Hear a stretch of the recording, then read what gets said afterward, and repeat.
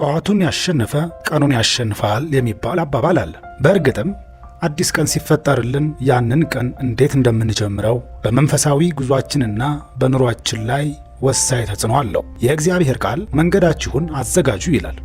ታዲያ የጠዋት ልማዶቻችን እኛን ለበረከት ለሞገስና ለምስጋና እያዘጋጁን ነው ወይስ ሳናውቀው ከፈጣሪያችን እያራቁን ነው? ዛሬ እግዚአብሔርን የሚያሳዝኑ 4 አደገኛ የጠዋት ልማዶችን እናያለን። እነዚህን ልማዶች በየቀኑ ትንንሽ ነገሮች አድርገን ብናያቸውም በመንፈሳዊ ሕይወታችን መረብ ውስጥ በቀላሉ እንድንወድቅ የሚያደርጉ ልምዶች ናቸው። ጊዜው ሳይመሽ ልናርማቸውም ይገባል። በዚህ ቪዲዮ ውስጥ እያንዳንዱን ልማድ በጥልቀት እንመለከታለን። እግዚአብሔርን ከሚያሳዝኑ የጠዋት ልማዶች የመጀመሪያው ቀናችን ያለ ጸሎትና ምስጋና መጀመር ነው። ከእንቅልፋችን ስንነቃ መጀመሪያ እግዚአብሔርን ልናመሰግን ይገባል። ጌታዬ ሆይ ያላንተ ፈቃድና የሕይወት እስትንፋስ እኔ ምንም አይደለሁም በማለት ልንጸልይ ይገባል። በመዝሙር 5 ከቁጥር 3 እግዚአብሔር ሆይ በማለዳ ድምፄን ትሰማለህ፣ በማለዳ ልመናዬን በፊትህ አቀርባለሁ፣ ፈቃድህንም በጥሞና እጠባበቃለሁ የሚለውን ልናስታውስ ይገባል። ለአንድ ክርስቲያን የጠዋት ጸሎት ወይም ሰዓታት ለቀኑ ሁሉ መንፈሳዊ ትጥቅ ነው። እንኳን ደካማው የሰው ልጅ ይቅርና ጌታችን ኢየሱስ ክርስቶስ ራሱ ሙሉ አምላክ ሆኖ ሳለ በማርቆስ 1 ከቁጥር 35 እንደተጻፈው ማለዳም ገና ጎህ ሳይቀድ ኢየሱስ ተነስቶ ከቤት ወጣ፣ ወደ ምድረ በዳም ሄዶ ይጸልይ ጀመር ሲል የጸሎትን አስፈላጊነት መጽሐፍ ቅዱስ ይነግረናል። ኃይል የሞላበትና ምሉእ የሆነው የእግዚአብሔር ልጅ እንኳ የቀኑን መጀመሪያ ከአባቱ ጋር በጸሎት ካስጀመረ እኛ ደካሞች ፍጥረቶች ደግሞ ምን ያክል የጠዋት ጸሎት አስፈላጊ እንደሆን ከዚህ እንረዳለን። እግዚአብሔርን ከሚያስቆጡ 4 የጠዋት ልምዶች ውስጥ ሁለተኛው ከማመስገን ይልቅ ማጉረምረምን መልመድ ነው። ከእንቅልፋችን እንደነቃን ዛሬ ደግሞ ስንት ሥራ ይኖረኝ ይሆን፣ ደክሞኛል፣ በደንብ ረፍት አላገኘሁም እያል አሉታዊ ቃላትን ወደ ሕይወታችንና በአካባቢያችን ማስተጋባት እግዚአብሔርን ከሚያስቆጡ የጠዋት ልምዶች ውስጥ አንዱ ነው። ማጉረምረም የእግዚአብሔርን ታማኝነትና መልካምነት ከማየት የሚያሳውር መንፈሳዊ ደዌ ነው። ማጉረምረም የእስራኤልን ሕዝብ ወደ በረሃ የመለሰ ልማድ ነው። ከግብፅ ባርነት ተገላግለው ሳለ እግዚአብሔር የሰጣቸውን መና ትተው የግብፅን ምግብ ናፍቀው አጉረመረሙ። ይህ ማጉረምረም የተስፋይቱን ምድር እንዳይወርሱ ከለከላቸው። ማጉረምረም በረከትን ያባርራል። መጽሐፍ ቅዱስ በፊልጵስዩስ መልእክቱ ሲናገር የምትሰሩትን ሁሉ ያለ ማንጎራጎርና ያለ መጠራጠር በፍቅርና በእምነት ስሩ ሲል ይነግረናል።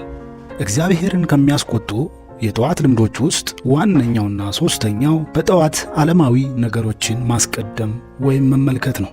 ይህ ብዙዎቻችን እየፈተነ ያለ ችግር ልክ እንደነቃን ስልካችንን በማንሳት አሉታዊ ዜናዎችን፣ ትኩረት የሚከፋፍሉ ነገሮችንና ዓለማዊ ጭንቀቶችን ወደ አእምሯችን የምናስገባበት ነው። ቀን ላይ የሚኖረን ልባችን ጠዋት በምናየው ነገር ይገዛል። ጠዋት ላይ የዓለምን ጭቃ ከዘራን ቀን ሙሉ ሲበቅል የሚውለው ፍርሃትና ጭንቀት ይሆናል። መጽሐፍ ቅዱስ ይህንን ሲያስረዳ በማቴዎስ 6 ከቁጥር 33 ከሁሉ አስቀድማችሁ ግን የእግዚአብሔርን መንግሥትና ጽድቁን ፈልጉ እነዚህም ሁሉ ይጨመሩላችኋል ሲል ይናገራል። ከዚህ መልእክት የምንረዳው አስቀድማችሁ የሚለው ቃል የቅድሚያነትን ቦታ ያሳያል። የጠዋት ሰዓታት ወይም ጸሎት ከማንኛውም ምድራዊ ጉዳይ በፊት ለእግዚአብሔር እንዲሆን ይናገራል።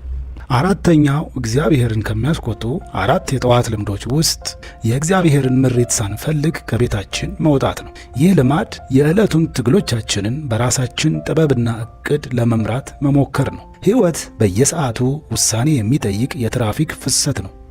ያለ መንፈስ ቅዱስ መሪነት መውጣት ማለት በግምት መኖር ማለት ነው። እግዚአብሔር የሌለንን ዕውቀት ያውቃል፣ የማናየውን ፈተና ይመለከታል። በመጽሐፍ ቅዱስ ምሳሌ 16 ከቁጥር 3 ሥራህን ለእግዚአብሔር አደራ ስጥ፣ ሐሳብህም ትጸናለች ሲል ይነግረናል።